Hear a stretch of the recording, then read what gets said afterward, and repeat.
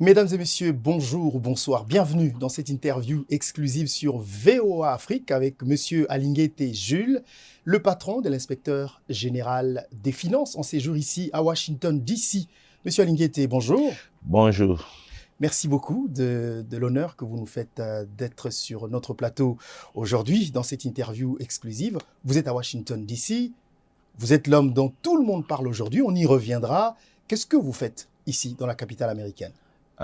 Je suis arrivé ici depuis hier pour participer à une conférence sur les avancées réalisées par Son Excellence Monsieur le Président de la République, chef de l'État de la RDC, dans le cadre de la lutte contre la corruption et le détournement des deniers publics.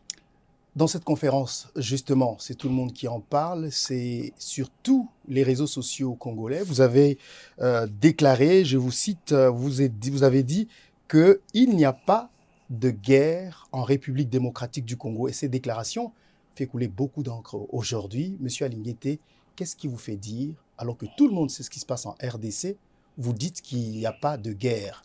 Vous comprenez la réaction des gens? Je voudrais sur cette question préciser que je ne suis pas ici pour faire l'état de la situation sécuritaire de la RDC. Nous avions été invités avec certains membres du gouvernement, certains parlementaires pour participer à une conférence sur les investissements en RD Congo. Et nous, particulièrement l'inspection générale des finances, nous devions intervenir sur les avancées réalisées par les pays en matière de la lutte contre la corruption et l'impact sur l'amélioration du climat des affaires et des investissements. Voilà, c'est dans ce cadre-là que nous sommes intervenus. Je pense que cette question de la guerre à l'Est est une incidence. Au fait, c'est un élément que les gens ont tiré. J'aimerais tout d'abord que vous sachiez, je regrette profondément l'incompréhension que mes propos à Houston a entraîné dans les réseaux sociaux. Nous avions voulu tout simplement dire que le Congo est un pays fréquentable aujourd'hui sur le plan des investissements. Le président de la République ainsi que le gouvernement continuent de faire des avancées appréciables dans le cadre de la lutte contre la corruption et l'amélioration du climat des affaires, et il est temps aujourd'hui que les investisseurs viennent au Congo. En dépit de l'insécurité qui se constate à l'est du pays, l'insécurité dont nous déplorons tous, et nous savons dans ce cadre-là que Son Excellence, Monsieur le Président de la République, a accepté que notre pays puisse engager des pourparlers avec les groupes armés afin de mettre fin à cette situation déplorable. Et dans le même ordre d'idée, un état de siège a été décrété dans des provinces de l'Est du pays, toujours dans l'objectif de faire remettre la paix. Nos forces armées se battent tous les jours pour que cette situation soit maîtrisée. Nous ne pouvons donc pas ignorer la souffrance que les groupes armés imposent, la souffrance, la mort, la désolation que les groupes armés imposent à nos populations qui sont à l'est du pays. Mais néanmoins, nous avions voulu faire comprendre aux investisseurs qui étaient dans cette conférence que, en dépit de cette insécurité à l'est du Congo, le Congo est fréquentable sur le plan des investissements. Mais ce n'est pas pour ça que vous devez dire que le Congo n'est pas un pays en guerre, M. Alinguete. Non, nous avions, je pense que, M. Marius, il y a une chose que je dois dire. Un texte sans contexte est un prétexte. Donc, les gens ont voulu sortir mes propos de leur contexte pour l'exploiter, instrumentaliser les gens contre l'inspection générale des finances.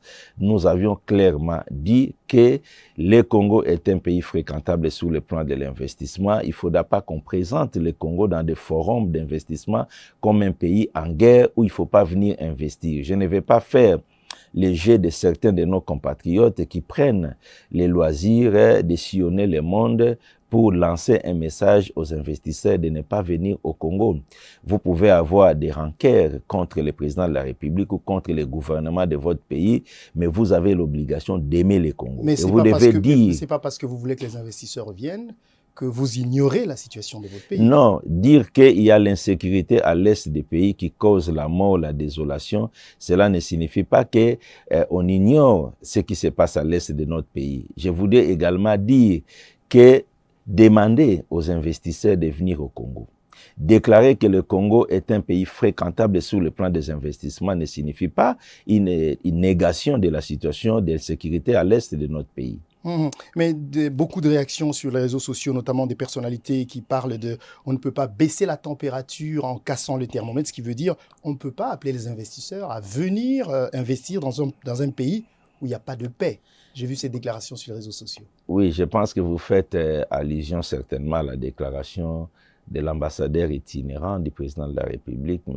Faustin Luanga, mais c'est une déclaration qu'il n'engage que lui, que je ne partage pas. Je ne sais pas si c'est ça le message que lui, en tant qu'ambassadeur itinérant du chef de l'État, il doit porter à l'extérieur du pays. Je ne voudrais pas faire le jeu de ceux-là qui n'aiment pas leur pays et qui s'amusent à présenter le Congo dans une image qui n'est pas réelle.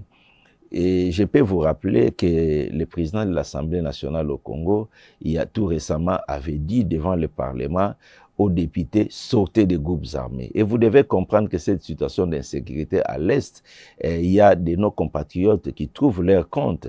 Et les occasions comme ça sont propices pour eux pour instrumentaliser alors que ce sont eux qui sont les co-auteurs. Nous sommes des Congolais. Lorsque Beni Butembo, Rutshuru, Bunia, Djougou souffrent, nous souffrons ensemble parce que nous faisons partie du Congo. Donc nous ne pouvons pas, nous, faire la négation de la souffrance de nos compatriotes à l'Est.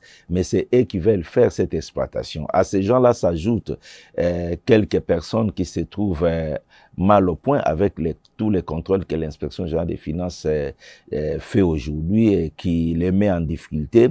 Et ils ont trouvé l'occasion d'alimenter les réseaux sociaux et pour eux, c'est l'occasion d'abattre l'inspection générale des finances. Mais à cela, j'ai dit aujourd'hui qu'avec ou sans l'inspection générale des finances, avec ou sans Jules Alinguete, la volonté du chef de l'État de lutter contre la corruption reste irréversible. Ils n'ont pas de chance. Ils doivent changer, ils doivent comprendre qu'aujourd'hui, la lutte contre la corruption en RD Congo est une volonté ferme du chef de l'État et ça va aller de l'avant. Alors, parlons justement de cette lutte contre la corruption en RDC. Où en est-on avec cette lutte par rapport à ce que vous faites dans votre pays?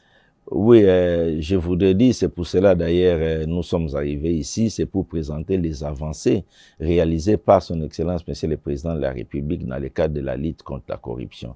Vous devez savoir que depuis 3 ans au Congo, ça bouge. Ça bouge. Depuis longtemps, notre pays avait été classé dans la zone rouge en matière de la lutte contre la corruption. On a indexé les pays de n'avoir pas suffisamment mis de volonté politique et de stratégie pour lutter contre ces fléaux. Mais depuis 3 ans, je pense que le président de la République, après avoir fait l'état de la situation de la lutte contre la corruption dans notre pays, et il a dit dans plusieurs des conférences ou des interviews données, il a dit il a pris la ferme résolution de redynamiser tous les services qui travaillent dans ce secteur. D'accord, mais qu'est-ce que vous avez fait jusque-là depuis? Oui, j'y arrive. C'est dans ce cadre-là que l'inspection générale des finances, le CNRF et l'APLC ont été suffisamment redynamisés et mis en contribution pour accompagner efficacement le président de la République dans cette lutte. Donc, je peux dire, aujourd'hui, 3 ans après, nous avons des avancées très, très, très significatives. Vous apprenez tous les jours du Congo, tout ce qui se passe. Il y a des gestionnaires publics à un plus haut niveau qui sont mis hors d'état de nuire parce qu'ils se sont compromis dans les actes de corruption ou de détournement des deniers publics. C'est historique. En 2021, vous pouvez noter qu'il y a eu dans plus de 10 entreprises du portefeuille de l'État des responsables qui ont été pratiquement mis de côté à cause de ces phénomènes. Il y a certaines hautes personnalités de notre pays, des ministres et tout, qui sont en fait poursuivis par la justice congolaise pour des faits de corruption. Et cela, on ne l'a pas observé il y a plusieurs années en République démocratique du Congo.